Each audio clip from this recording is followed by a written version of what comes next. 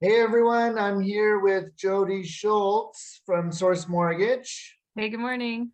I'm Noah Miller from LePage Benchmark in Calgary here. And I just wanted to touch on something quickly that a lot of my clients and leads and people that I'm talking to in the real estate market are thinking about getting into real estate are saying to me, and just kind of go over what my general response is to people when we're talking about interest rates. So we're hearing Bank of Canada increasing interest rates, which is affecting the lender's interest rates when we're talking about mortgages. Mhm. So what I commonly face is a response of, oh, I am going to wait until rates go down. I'm going to wait till rates settle down. And what I want consumers or potential consumers to know in the real estate market is that this is a great time to buy. The reason being that everybody's telling me, oh, I'm going to wait, I'm going to wait. So we have all these buyers moving out of the market. And if you are looking to purchase and get into the real estate market or get an investment property or get your primary residence, that this is a great time to buy because you don't have competition. There is no competition for you.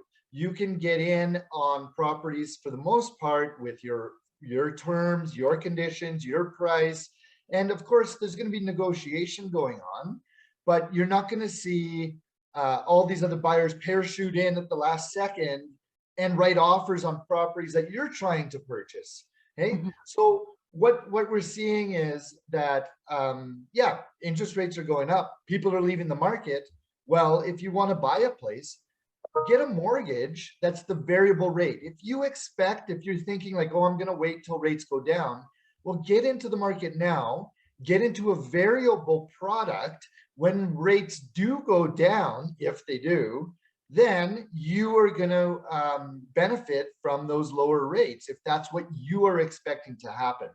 Okay, so I did bring Jodi onto this call because I just want her perspective on it and about what is going to happen with rates in the future and what she's seeing happening on her side of things. So again, I firmly believe, and me personally, I bought another property. I didn't face any competition. I got in on my terms, on my conditions, at my price, and I didn't Mhm. have to worry about all these other buyers that essentially pushed the price up with the seller because we're fighting for a place. So I personally got another place and I am going on to a variable rate, a variable mortgage rate. And so if and when mortgage rates go down, then I'll benefit from that. But I'm also not buying a property that is outside of my means, okay? Because there is a stress test that happens. When Jodi did my mortgage, I got a stress test before I got approved so that I know I can handle increased rates. So don't buy outside of your means. Now is a great time to purchase, no competition. And if you expect rates to go down, you will benefit on the variable rate. Jodi, what do you think? Yeah, no, I think that's really good advice, Noah. And I mean, I'm with Source Mortgage Center, co-own the company with my family. So it would be um it's very important that we stay on top of what's going on in the market. And of course, rates are a huge topic lately because we've seen such rapid increases since May. And we've been participating and watching a lot of key economists across Canada present and talk about what's going on with rates, why we're seeing the increases, and what we can expect in the future. Because certainly we do have a lot of buyers who are concerned that we're back into the 80s and we're going to see interest rates going to 20%. And that simply isn't the case of what's going on here. Inflation's been out of control, largely due to things that happened during COVID, some supply chain disruptions, and a lot of those things are getting back under control. Inflation is a lagging indicator of what's going on in the economy. And so likely, even though inflation's still going up, we're likely already starting to go into a recession. And so the prediction is that we're at the tail end of these rate increases currently. However, we are not expecting any decreases anytime soon. So the expectation is probably another 0.25% or so increase December the 6th, which is the next Bank of Canada meeting. And then likely a lot of stability throughout 2023. So likely we're not going to see rates suddenly plummet downwards. Those 2% or sub 2% interest rates we saw during COVID were an emergency response by the government, and that is not coming back. So people need to, reframe their frame of thought that those interest rates aren't coming back. And that where we're kind of sitting now, or say about 2 weeks ago, is likely the new normal, probably for some time heading into 2024 and even 2025. So what most of the economists we've watched present are saying, and the most recent one I saw was Benjamin Tal, who actually does advise Bank of Canada, is one of the advisors for the Bank of Canada. And he said that, likely we're going to see another 0.5 to 0.75% increase October 26th, which we saw last week, which was 0.5. And then another 0.25 in December. So now that's pushing us up, say, 0.75%.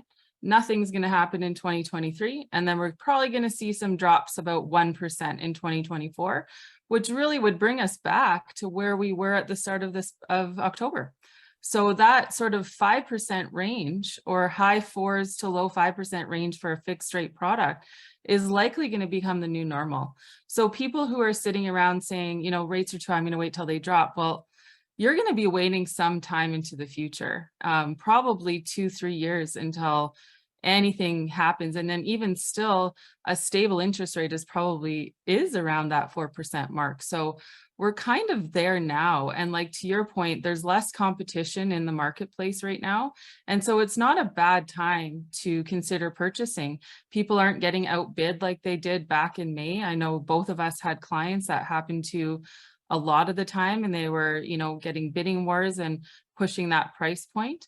And to your point, people are stress tested even at the current interest rate. So we're not pushing people outside of affordabilities. And there are strategies that we can put in place if you are concerned about interest rates. And I actually like your advice about the variable product, because that's one that, yes, it's for a specific type of client who is comfortable with, their payments possibly going up a little bit. They're not going to be stressed out at night, laying up at night worried about it.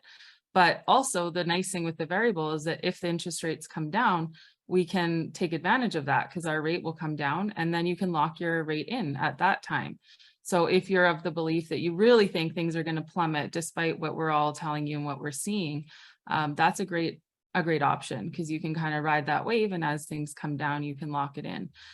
Clients can also look at doing shorter term fixed rate, so they can take a 1 year or a 2 year fixed rate if they believe that in that time rates are going to be lower.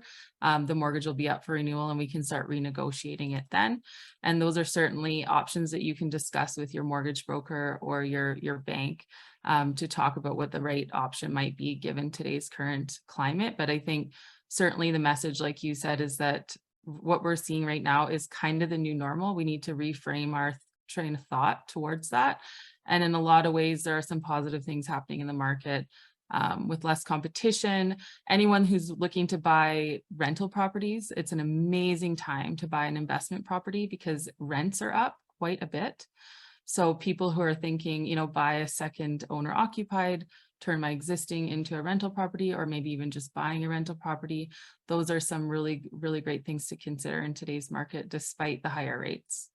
Yeah. So what I feel, and maybe you can just touch on this quickly, is that like our 2%, 3% 5-year fixed rates.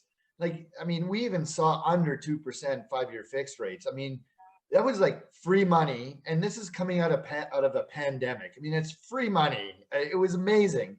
Yeah. But we as a society, we can't think that was normal. And we need to understand that about 5.25% on a 5-year fixed over the 30-year, if we look back 30 years, that's been the average rate over 30 years is 5.25 on a 5-year fixed. Is that, am I wrong? Is that about what it was? No, you're not wrong. We're definitely pushing like that a little, maybe above the 25-year average, but certainly not well beyond it. So again, I think you're absolutely right that unfortunately or unfortunately, we're coming out of a time where we saw historically low interest rates and people sort of have become accustomed to that. Like I remember clients telling me they thought a 2% fix was too high because at one point we were offering 1.59 rates in the market. And so I think it's just a matter of, retraining ourselves that that wasn't normal. That was an emergency response. It was wonderful for people who were able to take advantage of it. But for those who aren't, it's not, oh, I'm going to stop investing in real estate, or now is not a good time for me to refinance or do any of those things, because there are still products that are offered that are reasonable rates. And I don't think that we're going to see massive drops anytime soon. So it's certainly not a reason to stay out of the market, but maybe just strategizing appropriately depending on what your family situations are, obviously, and what your intentions are with the property, because those things can vary depending, and that would be how we would advise a client on a product. Yeah, and a lot of times I get asked, like, where do you think rates are going? I don't have a crystal ball, and I don't think my consumers in the real estate market and people that need lending should also, try and guess what's going to happen. Because what happens in the world is there's these economic shocks, there's wars, there's pandemics, there's things that happen, right? And if you're out there and you're thinking, I think rates are going to keep on climbing, and you want to get into a property, then maybe a fixed rate is better for you. If you think like, oh, I'm going to wait until rates drop because I think they're going to drop, then get into a variable product. And while people are sitting on the sidelines and haven't watched our little podcast here, while they're sitting on the sidelines, because they're not getting really good advice about what's happening in the real estate market here in Calgary, especially Calgary and surrounding area. There's no competition. Get in. If you're looking for a place, stay within your means and decide what your risk tolerance is, whether it's fixed or variable, correct? Absolutely, Noah. And I mean, at the end of the day, we have to all remember that a real estate, like a property, is an asset. So if things change in the future and it no longer works for that person to manage that payment or own that property, it can be sold. It's an asset that it's not something that you're throwing your money into the wind and you're not ever going to see back. Everyone needs to live somewhere. If we're talking about an owner occupied, rental prices are at an all-time high. So to me, investing, if you're looking at a cost of a mortgage at a 5.5% rate, is the same as my rent, or maybe lower in some cases. Like I've had many clients already this week going through the numbers, and my goodness, the mortgage payment, even at these higher rates, is lower than their rent. Well, that's a no-brainer. If you run over a 5-year period, how much equity you're going to have in your property versus how much money you've literally thrown into the wind to your landlord, it makes way more sense to invest in real estate.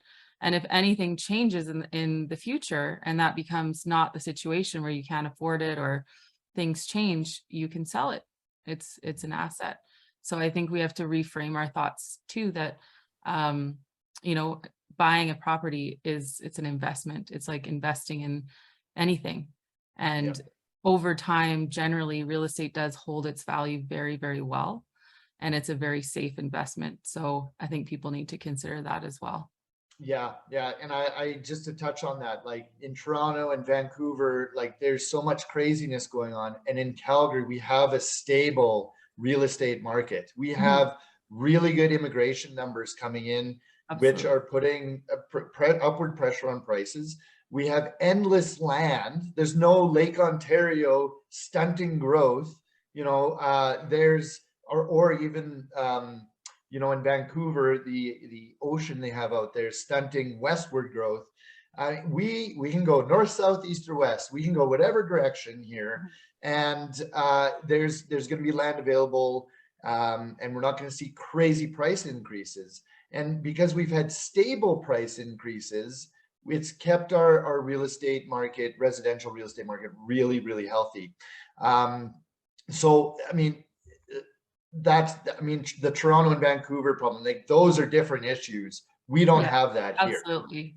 And I think we hear a lot of that in the, in the media, where people are, panicking because they see what's going on, you know, the other sides of Canada. And that just simply isn't the situation for us here in Alberta.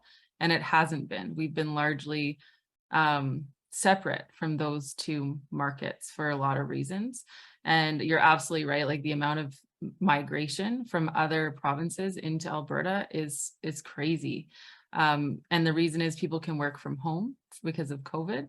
And they look at our real estate market and go, oh my goodness, it's affordable. Like I can actually buy a single family home for $500,000. Like that does not exist in those other provinces. And because of that, I think that we're still, you know, we're stable because we have a lot more demand than some of the other provinces do, just due to the sheer fact of people looking at our real estate market and going, wow, like I can, you know, even buy a condo as an investment property and make really good money because the rental market's really good. And that condo might only cost me $300,000. So it's definitely stable here, which is, it's really positive for new buyers and for people who own property. Yeah. And I know we kind of like going off on a little bit different tangent, but it's a great conversation to be had, is that the interprovincial migration into Alberta is healthy and a positive. You know, there was a small period of time a couple of years ago where we had net migration out, like negative, but now we're coming back here. And one of the biggest things is I'm getting calls endlessly from people in Toronto, Vancouver, even out east on the East Coast, who want to move to Calgary. It used to be 25 years ago when I first moved to Calgary, people are like, Calgary, why would you want to live there? Well, now all these same people are like, wow, you live in a great place, like stable real estate prices, that's affordable, close to the mountains, tons of green space, you know, like there's so many positives. And so we're seeing net positive migration into Alberta and to Calgary, on top of immigration, like worldwide immigration. Like we're talking like people need to settle in Canada and they can no longer afford to settle in Toronto or Vancouver. So where's the government? Absolutely. Where are they directing them? They're directing them Winnipeg, Ottawa, still a little bit, but Calgary, because it's affordable. And we have, so on real estate prices, we see appreciation like this on price, but it is up and down. Like there's years where it does go down, but then there's the last 2 years, 2021, 2022, like we saw 20% increases on detached homes in price in both those years. But prior to that, we saw a downward trend.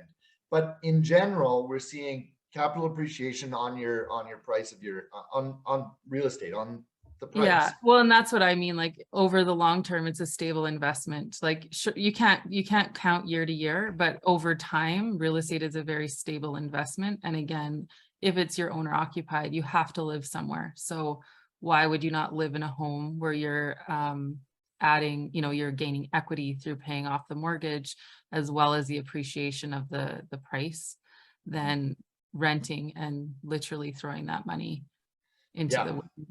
Exactly. I'll throw a quick economics term in there. So economics is the study of scarce resources, which means there's a finite amount of it.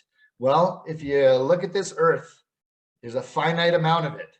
If you own a piece of it, now you're in the money. You have something that's a tangible asset that you know, people will covet and people will try and purchase. Not more of it. There's no more being created on earth.